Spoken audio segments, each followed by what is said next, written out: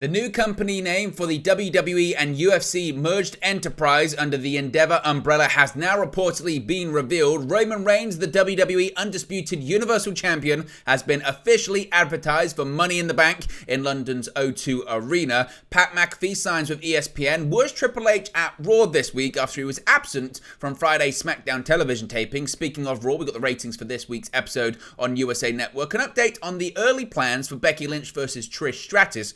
Gunther is reportedly listed as the top heel on the Monday Night Raw roster. We have the NXT Women's Championship Tournament semi-finals officially confirmed. Wesley will be defending his North American Championship in a triple threat match at NXT Battleground. And what is the latest in-ring status of Jinder Mahal on Monday Night Raw?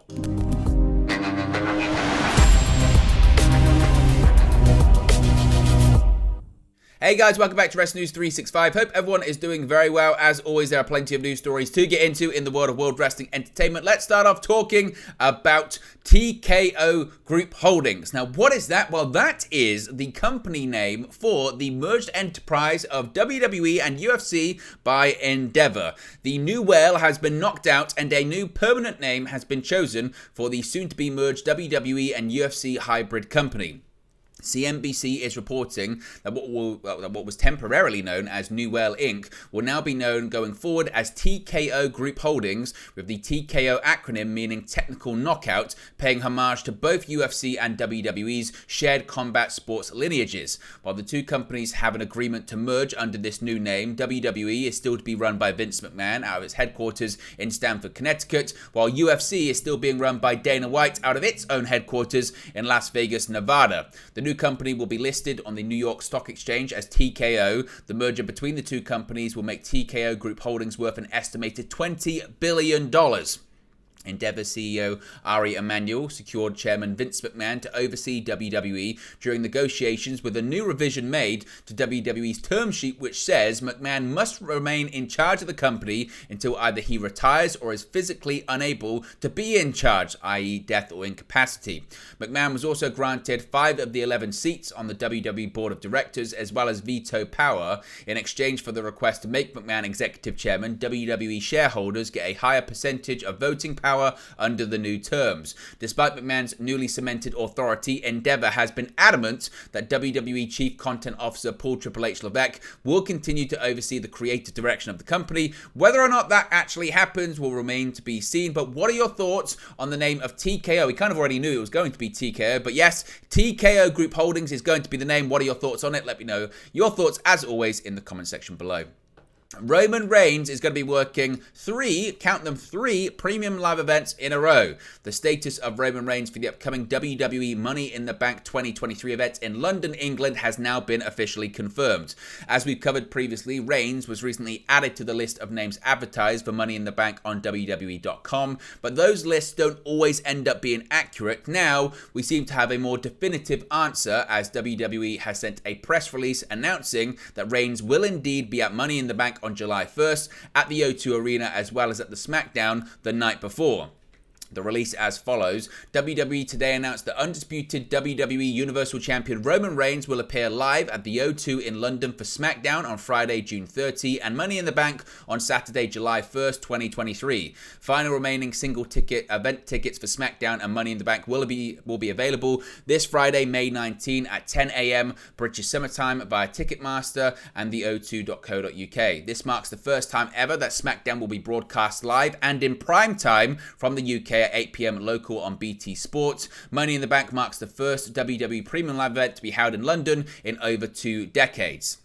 The other names on WWE.com that are advertised for Money in the Bank currently are Cody Rhodes, Bianca Belair, Rhea Ripley, Seth freaking Rollins, and Becky Lynch. Drew McIntyre was originally on that list but was removed and replaced with Reigns a couple of weeks ago, as McIntyre's uncertain status with WWE continues to come into question. We also know that Reigns is set to team with Solo Sikoa to challenge Kevin Owens and Sami Zayn for the undisputed WWE Tag Team Championships at Night of Champions in Saudi Arabia on May 27, and he's also being advertised for SummerSlam on August 5th as well. So as I mentioned, 3 consecutive premium live events which will see the Tribal Chief compete at. Pat McAfee, well, we don't really know what's going on with him in WWE right now, but what we do know is that he has officially signed a multi-million-dollar deal with ESPN. Last week, the New York Post reported that Pat McAfee would be exiting his deal with FanDuel to sign with ESPN. On May 16, the New York Post provided an update to officially announce that McAfee has indeed signed a multi-million-dollar deal with ESPN to bring the Pat McAfee Show to the network starting this fall. The former SmackDown commentator will be leaving his 4-year, $120 million agreement with FanDuel in the second year to sign with ESPN. The amount being offered to McAfee has not yet been confirmed, but it's more than 8 figures per year according to sources. The move for the former NFL punter comes with Disney in the midst of layoffs that will see 7,000 jobs eliminated, including those at ESPN. The Pat McAfee Show will air on ESPN, ESPN Plus, and ESPN YouTube. McAfee said that keeping the show on YouTube was a sticking point in the deal and potential other deals as well. McAfee started a relationship with ESPN after working on College Game Day in the fall and winter, which took him away from his WWE SmackDown commentary gig. McAfee also said his show would remain the same and he would retain creative freedom in regards to how things operate. So, as it comes to his WWE future, we don't know. And I would assume that this could affect it, but we'll have to wait and see. Now, as I mentioned, ESPN, owned by Disney, and some WWE stars have appeared at the Disney Upfront in New York City to promote a new series this week. On May 16, Disney held their Upfront in New York City to promote the newest slate of programs to advertisers for the fall season. As previously reported, like I just spoke about, ESPN announced that Pat McAfee had signed a multi-million-dollar deal to bring the Pat McAfee Show to ESPN, ESPN Plus, and ESPN YouTube at the Upfronts. McAfee wasn't the only representative with ties to WWE at the event. The WWE Public Relations Twitter account posted a photo of Raw Women's Champion Bianca Belair and her husband Montez Ford of the Street Profits alongside McAfee at the Disney Upfront. Belair and Ford were present at the event to promote their upcoming Hulu reality series. Both stars were drafted to SmackDown during the recent WWE draft, while McAfee hasn't appeared on WWE programming since defeating The Miz at WrestleMania 39. On the May 12 edition of SmackDown, Asuka turned heel by spewing mist at Bianca Belair to restart their rivalry on the Blue brand. So I don't know if that is going to involve Raw or SmackDown possibly going over to Disney, ESPN or something like that. Anything's possible, particularly when we're in a media rights negotiations year. Now, a big question was, is Triple H going to be at Monday Night Raw this week? Of course, he missed SmackDown on Friday, and a new report has revealed whether Triple H was actually at the May 15 episode of Monday Night Raw, following his absence from last Friday's SmackDown.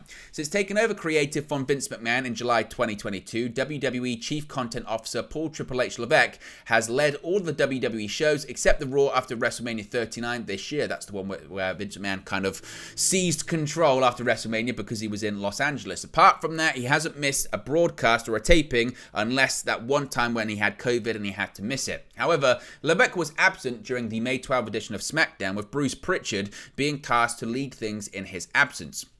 Per Sean Ross Sapp of Fightful Select, Triple H was back in charge of creative backstage at this week's May 15 episode of Monday Night Raw.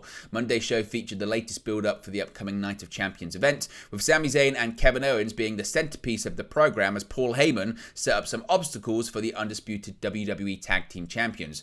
Owen and Zayn suffered their first loss as a tag team since becoming champions to the Judgment Day's Finn Balor and Damian Priest in the main event, following interference from Imperium. Kevin Owens and Sami Zayn will defend the undisputed WWE Tag Team Championships against the Bloodline, Solo Sikoa, and undisputed WWE Universal Champion Roman Reigns at Night of Champions on May 27. So Triple H back in his seat as the Chief Content Officer this past Monday. Speaking of Raw on Monday, we got the ratings for the show. Per Brandon Thurston of WrestleNomics, Raw drew 1.716 million viewers. This is down from the May 8 edition that drew 1.785 million viewers. This is the lowest total viewership for the program since the March 13 episode. In the 18 to 49 demographic, Monday's show scored a 0.58 rating. This is up from the week prior that scored a 0.51 rating. WWE ranked number 2 on cable in the demo for the evening. The show, as I mentioned, featured the Judgment Day's Finn Balor and Damian Priest defeating the undisputed WWE Tag Team Champions Sami Zayn and Kevin Owens in a non-title main event. Also, Mustafa Ali won a Battle Royal to become the number 1 contender for Gunther's Intercontinental Championship. So that's the ratings for this week's episode on USA Network. Now, one of the biggest feuds on Raw at the moment has been Trish Stratus and Becky Lynch. Obviously, Trish Stratus returning and turning heel in the process. And a new report has revealed the early plans for Becky Lynch versus Trish Stratus, that feud on WWE programming. On the May 8th edition of Monday Night Raw, Becky Lynch made her return to confront Trish Stratus after Trish's betrayal and attack on her a month prior. Lynch went on to challenge Stratus to face her in a singles match at Night of Champions on May 27. The timing of Trish's attack and this match being made goes against the original report, which indicated that Stratus and Lynch would go one-on-one at SummerSlam in August.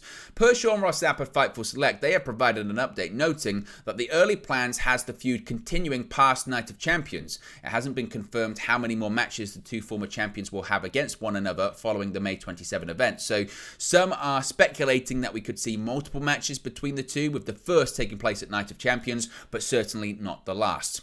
Gunther made his debut on Raw after being drafted to the Red Brand during the recent draft, and a new report has revealed the depth chart for the top babyface and main heel on Monday Night Raw when it comes to the men's division. The recent WWE draft has shuffled the rosters for both WWE Raw and SmackDown, with various stars finding themselves in a new role on their brands. A few days ago, PW Insider released a report revealing the list of top babyfaces and heels on the SmackDown men's roster, according to WWE's own internal documents. And per PW Insider Elite, the internal Raw roster lists the following names as the top baby faces on the brand, that being Cody Rhodes as number 1, Seth Rollins as number 2, Drew McIntyre number 3, Matt Riddle as number 4, Shinsuke Nakamura number 5, Johnny Gargano number 6, Dexter Lumis number 7, Akira Tozawa number 8, Apollo Crews number 9, and Odyssey Jones as number 10. Interesting top baby faces, certainly.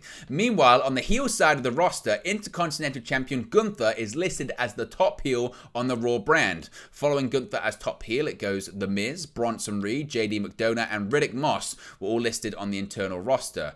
The reason why the likes of the Judgment Day and others are not listed here is because they are currently on the tag team roster, which is listed by WWE separately. So if you're wondering about Finn Balor and Damian Priest and Dominic Mysterio and others, that's because they're listed as a faction or on the tag team side of things. When it comes to Gunther, of course, he's going to be defending his Intercontinental Championship against Mustafa Ali at Night of Champions on May 27 after Ali won that number 1 contenders battle royal on Raw this Monday.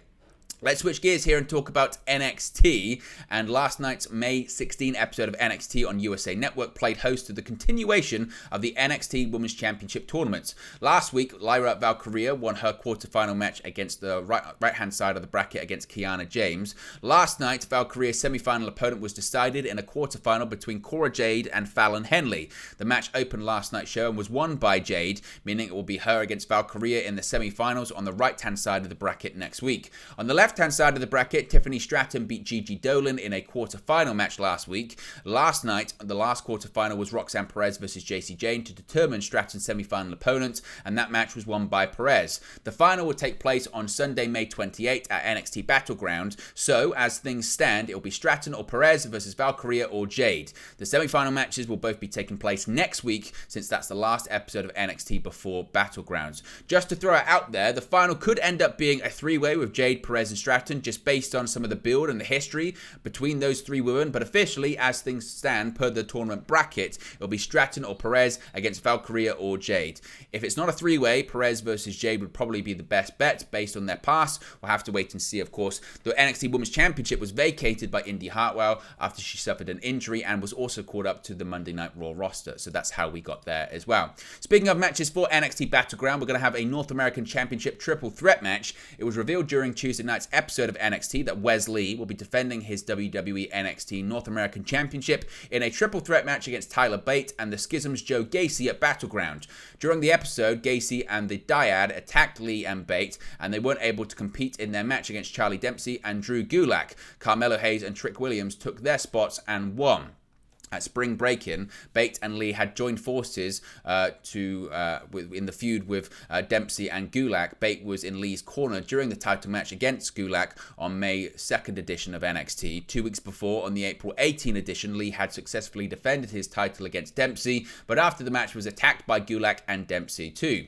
Lee has been the NXT North American Champion since winning the then vacant title in a 5-way ladder match at Halloween Havoc in October 2022. Besides Gulak and Dempsey, NXT. Lee's other defenses were against Dijak, Axiom, Von Wagner, Ilya Dragunov, and JD McDonough. He is currently in his first reign as the NXT North American Champion, though Lee has held the NXT Tag Team titles twice in his career.